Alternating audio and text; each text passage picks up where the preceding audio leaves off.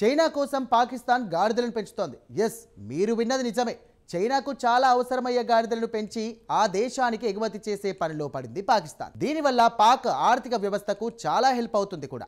అయితే China company జింగ్యాంగ్ పెట్టుబడులతో పేషావర్లో $37 మిలియన్ల భారీ ప్రాజెక్టును రూపొందించింది. అంటే ఏకంగా 328 కోట్లు. అయితే ఈ ప్రాజెక్టుకు పునాది గతంలోనే పడింది. ఇందులో భాగంగా 80,000 గాడిదలను కూడా చైనాకు సరఫరా చేయాల్సి ఉంది పాక్. నెలకు 10,000 గాడిదలను ప్రాసెస్ చేసి మాంసం ఎగుమతులను చేయాలని నిర్ణయించారట. కానీ పాకిస్తాన్లో మాత్రం గాడిదల మాంసం తినడం నేరం, నిషేధం కూడా. గాడిద చర్మాన్ని యూజ్ చేసి ఎజియావాలో ఔషధాన్ని తయారు చేస్తుంది చైనా. దీన్ని రోగ నిరోధక శక్తిని పెంచడానికి, అలసట, కణుతులను తగ్గించడానికి, రక్తహీనతకు చికిత్స చేయడానికి ఉపయోగిస్తుంటారు. కానీ స్వదేశంలో ఎక్కువ గాడిదలు లేకపోవడంతో పాకిస్తాన్ వైపు మొగ్గు చూపింది చైనా.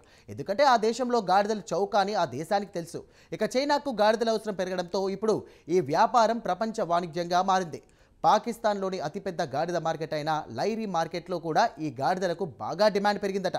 చౌకైన గాడిదనే జస్ట్ ₹155,000 వరకు పలుకుతుందట. అత్యధిక ఖరీదు మరింత ఎక్కువ.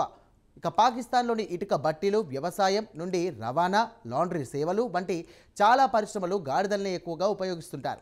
భారీ వస్తువులను మోయడానికి ఈ గాడిదల్ని ఉపయోగిస్తారు. ఏకంగా ఒకే రోజు 1,500 నుండి ₹2,000 సంపాదిస్తారట వీరు. ఇథియోపియా, సుడాన్లలో ఎక్కువగా గాడిదలుంటే 3వ స్థానంలో నిలిచింది పాకిస్తాన్. గతంలోనే చైనా ప్రతినిధి బృందం పాకిస్తాన్ ఆహార భద్రతా మంత్రితో సమావేశమై గాడిద ఫామ్ ఏర్పాటు గురించి మాట్లాడారు. కానీ అప్పుడు డైలమాలో ఉన్న ఈ ఆలోచన ఇప్పుడు ఓకే అయింది. దీంతో చైనాకు, పాకిస్తాన్కు మధ్య డీల్ కుదిరింది. అయితే ఈ డీల్ వల్ల పాకిస్తాన్ ప్రజలు చాలా ఇబ్బందులు పడుతున్నారు. అక్కడ చాలా మంది కూడా ఈ గాడిదలతోనే పనులు చేసుకుంటారు. సో ఇప్పుడు అక్కడ గాడిదల ధర అమాంతం పెరిగింది. అక్కడ గాడిదల బండ్లే ఎక్కువగా ఉంటాయి. గతంలో 40,000కు లభించిన గాడిద ఇప్పుడు లక్షలు పలుకుతోంది. సో కొనుగోలు చేయడం అంటే కష్టమే.